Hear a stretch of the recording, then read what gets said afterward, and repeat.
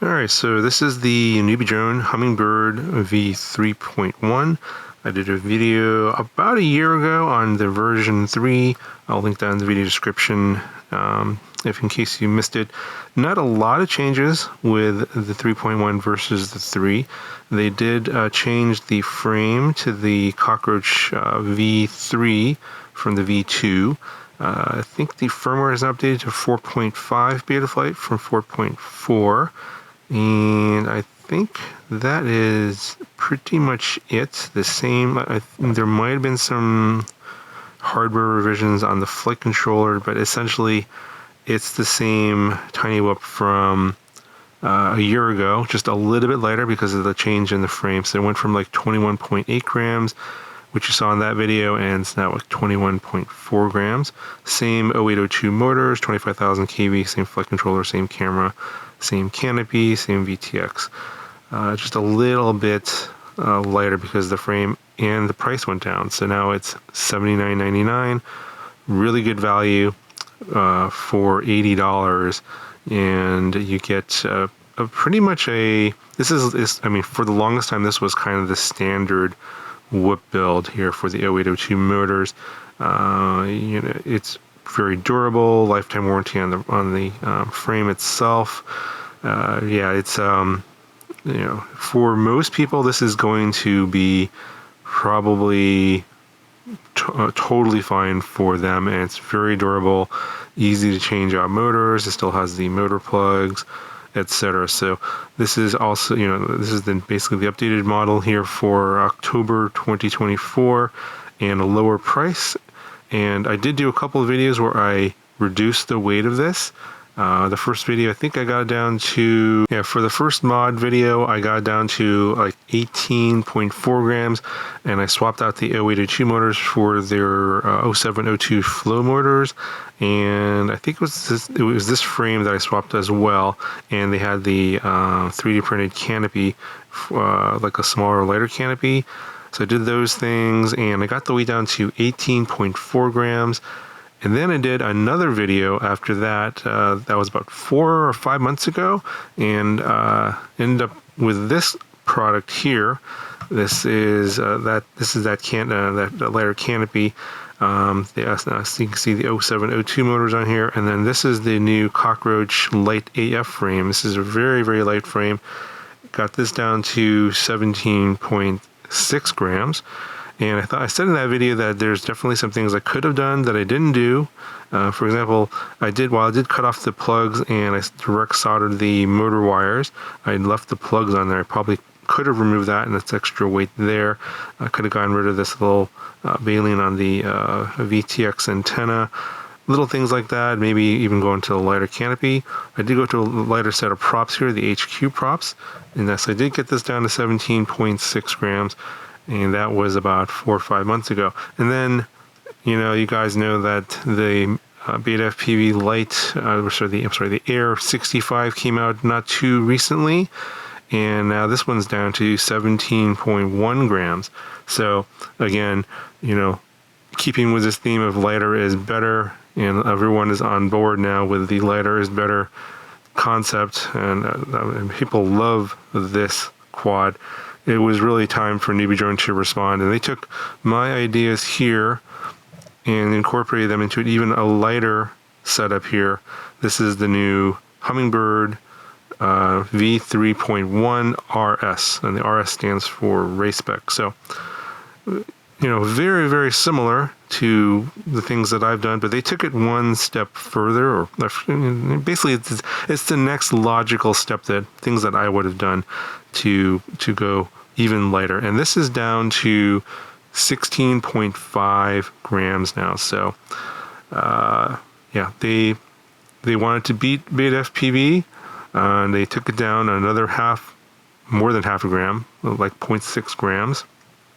And we'll talk about this and the new motors and everything on here. They're different motors than what I used, even lighter to get the weight down as much as possible. So let's talk about that. So got the Cockroach Light AF frame here.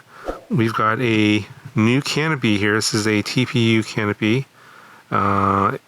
Some people argue that this TPU canopy will probably produce too much jello, especially in bright sunlight, but you'll see some flight footage where that is not the case. Just to let you know what comes else in the box here, get some spare screws for the motors, you get a prop removal tool, and then you do get a spare canopy, so it's nice. Although honestly, I've crashed this a ton, and it's not even close to being broken. TPU is very pliable, stretchable. This is a far superior canopy to the one that Beta FPV sells, and this one breaks like a lot, and you've probably seen that from my other videos. So if you have an AR65, they will have this STL available. You could probably swap the camera out, although I think the camera lens is a little bit different size, so the STL may need some modding.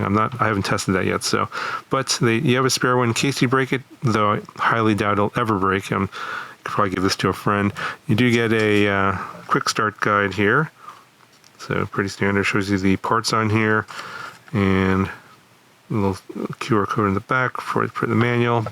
And then there was a spare set of props, the ASI props that were in the box, but I used them all up because, as you know, when you crash a lot, which I did, the props do loosen up over time and they start flying off, and I lost them. So I've already lost a complete set, so down to my last set here. But it does come with a spare set of props. I highly recommend buying a bunch of extra props if you tend to fly and crash a lot, because they do loosen up over time. Okay, so what is now different here in comparison to the sort of I guess it's sort of the baseline here for whip racing. Most people are going to have something like this. I think people are going to start migrating to this. Now, NewBeeDrone says that this is going to be more durable, and I think for part swapping it's going to be easier because the plugs for the motors, the part swapping is going to be a little bit harder in this one, and I'll explain in a second why. But in terms of durability, I have crashed this a lot, and you can take a close look in my video here. There's no damage, no damage to the frame anywhere. Camera is totally fine. Very surprised how well this has held up. I have crashed this. I've used this frame in other builds as well. I did a build where I got this down to like 14.8 grams, and this is super light. I'll link this video in the description as well if you want to make even something lighter.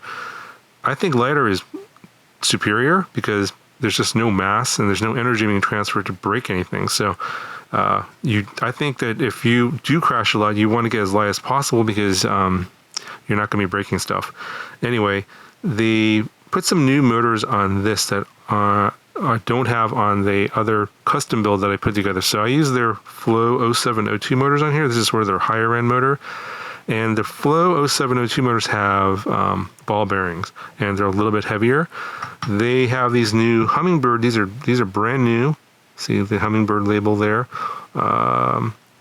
These are 30,000 kV 0702 motors. A little bit lighter, obviously a different colored bell. They have bushings instead of bearings, so a little bit cheaper there. Again, they're trying to keep this down in terms of cost. And by the way, this is coming in at $89.99, so they lowered the price of the standard Hummingbird to $79.99. The new one is $89.99. So they're even beating the price of the Air 65, which is coming in at like $95. And if you're wondering, should I still be getting the Happy Model Mobula 6 2024? Assuming you can still find one. They're kind of hard to find. I'm not sure why. Those are coming in at $115, $120. So in terms of price and performance, they're kind of out of the game now, in my opinion. So I wouldn't recommend that. For what you get here for your money is a superior value compared to what you get from Happy Models. So definitely I would get this one over that. But back to the motors here. Again, bushings instead of bearings. So yeah, it's a downside. They're trying to keep things kind of at a low cost. But the biggest innovation here is they changed the way the motors are being soldered to the flight controller. So on your most standard whip motors nowadays have this little PCB board here, and the motor wires are soldered onto that board, and then you solder it to the flight controller.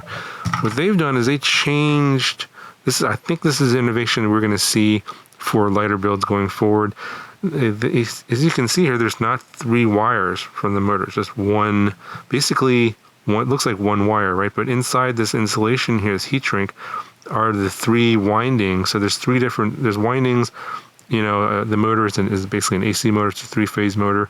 So there's 3 windings that come out of here, and then you see the 3 wires coming out right there. It's very tiny. And so this could be an issue in terms of repairability. I personally don't think it's going to be a problem for me, but for less skilled solderers, this is, if you happen to break this here, then that's going to be a problem repairing this. Now, this is a very stiff wire here. As I said, I've crashed a ton, and this is very well protected, insulated, and not likely anything's going to snap here unless you have a super hard crash or it gets run over by a car or something. Essentially what they're doing is they're taking the windings for that motor, which are covered by enamel, so they're not electrically conductive, and then you can see they come out here and they split off into the 3 different wires, and then they solder them directly to the flight controller. The motor by itself comes in at 1.29 grams, which I think is lighter than anything else that's out there on the market right now, if you just look at the motor plus the wire that goes to the flight controller. So I think this is something we're going to probably see copied by Beta FPV pretty soon, and Happy Model for the people that want to get these super light builds, because I don't think, you know, with 3 motor wires and each wire having insulation, you just can't. This is just going to be lighter. There's no way you can beat that. Now the flight controller is different compared to the standard Hummingbird. They have obviously gotten rid of the LEDs, which are here. They're gone now. No LEDs, no motor plugs. Again, that's extra weight. They've stripped that off as well. And then the Express LRS antenna is now just one of these single wires here, and it's directly soldered on. There was on the standard Hummingbird, it's like one of those smaller UFL connectors. Now for the VTX antenna, they still have a UFL connector there, and I was a little concerned that this might pop off in a crash. It's a little bit shorter now, and you can see the baleen is gone. So that's obviously not really needed for something that's transmitting at 25 milliwatts. But that is, you know, the UFL connector's in a good spot. It's like right here. It's not touching anything. It's not being pulled by anything. So even though I had multiple crashes, this little connector has held on no problem. They still have the camera connector, which is right here. And that is plugging right over here. So it has not popped off. The BI camera is the exact same. Obviously the canopy is different. So they obviously have done additional stuff here to lighten it up. They've also changed the battery connector for performance. So it is an A30 now, which is compatible with BT 2.0. And so the standard Hummingbird still comes with their PH 2.0 connector. They still believe in that, and obviously they're nitro nectar batteries. But for those of you that obviously are looking for performance, you're going to want to go with this setup here. And the batteries that I used were these Beta FPV, these BT 2.0 260 milliamp hour lipos. I get roughly around a 3-minute pretty solid flight doing lots of hard flying.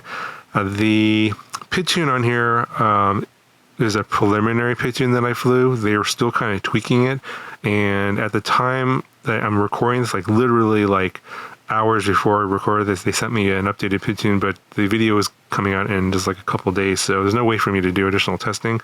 I have to film this and edit it, upload it, put all the links in. That takes me a couple days just to do all that stuff. So unfortunately, I looked at the tune. What they did is they just sort of backed down the PID slightly.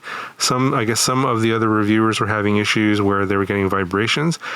When I first started flying this, I wasn't getting any vibrations at all on a fully charged battery. But as I started crashing it more, even though nothing is broken, I think these aziprops do get kind of a little bent up a little bit. Maybe there might be some micro fractures somewhere that I can't see. I did notice that on a fully charged, 1S LiPo at 4.3 plus volts, there was a little bit of fluttering at the very beginning of the flight, which went away right away as soon as it started, punching out. That was the only thing. So they backed down the PIDs a little bit. I can see in the updated PID tune, they are always constantly tweaking their PID tunes. So, again, check the product page if you want the latest and greatest PID tune that's going to work for you. But I thought it, was totally fine. All right, so here is how much it weighs, at least on my scale, 16.47 grams, so 16.5 grams, exactly in line with what they're advertising. And then with these 1S 260, it's coming in at 23.48, so 23.5 grams. And I did do a little bit of flights on the 1S 300 beta FPV battery. It's, you get a little bit more flight time, maybe another 30-40 seconds. I didn't really do a lot of extensive testing. I didn't like the way it flew. It just felt heavier. So I'm happy with the 3-minute flight. I recommend getting the 260 over the 300 at this lower weight. I just felt like it just was worth it to me just to go with the lighter battery. Okay, so a couple of things to note in terms of the flight characteristics, and if you're a newer pilot, this motor here at 30,000 kV, it is a lot of power. It flies super fast. So if you're flying on a shorter track with a lot of turns, or in a smaller home like you've seen in the flight footage I'm showing you, it's a little bit takes a bit of practice to get it under control. Like, you just have to kind of pay attention. It's a little bit more stressful. But for those of you expert racers out there, I think you're probably going to love this.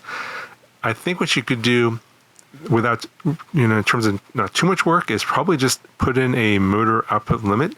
And basically what that does is it reduces the top KV. You can get it down from 30,000 kV to like 25,000 kV, and it'll probably be a lot more controllable. I didn't do any, testing on that specifically, but I know that actually works because I've done that on other motors.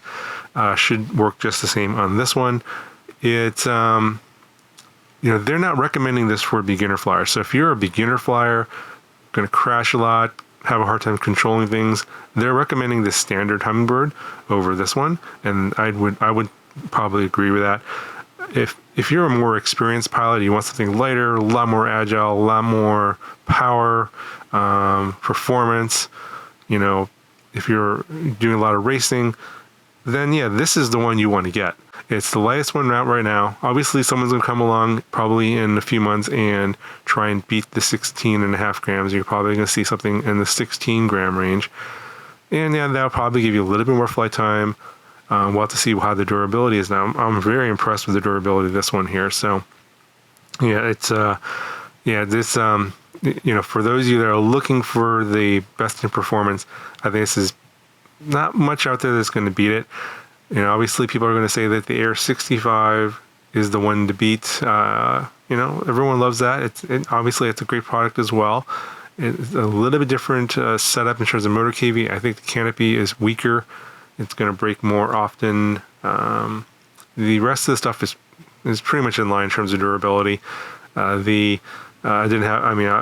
crashed that one a ton as well, and it's been holding up fine except for the canopy. Now, a couple of things you could do to get the weight even down a little bit more, maybe shave off another 0.5 gram on this model, is I would perhaps go with a shorter battery lead, and then instead of soldering it on the top here, resolder it to the bottom so you can get it shorter, and then incorporate the 180 degree plug where it basically does 180 degree from the wire, and it basically will shorten this battery lead and save a little bit of weight there. That's pretty easy to do. And the other thing you do is actually use the HQ props, the ultralight HQ props instead of the ASI props. For the ASI props was like 0.72 grams, and then for the HQ props was 0.64 grams, so almost 1/10 of a gram less. Again, so that with the plug, you maybe shave off 3/10 or 4/10 of a gram. Not really sure where else you could shave more weight unless you start clipping the frame itself. This is highly optimized as is. So if you are, obviously didn't want to do all those modifications from that standard Hummingbird I presented over the last year, then this one, right out of the box, $90, great performance. it's really hard to not recommend this compared to anything else out there right now. And of course, who knows, in a few months someone else will come up with something better, lighter, cheaper. That's kind of the trend right now, and that's a good trend, and I hope we see some more of that. Anyway, links will be down in the video description to everything I talked about. Got any questions, comments, etc., let me know down in the comment section below. Talk to you guys in the next video.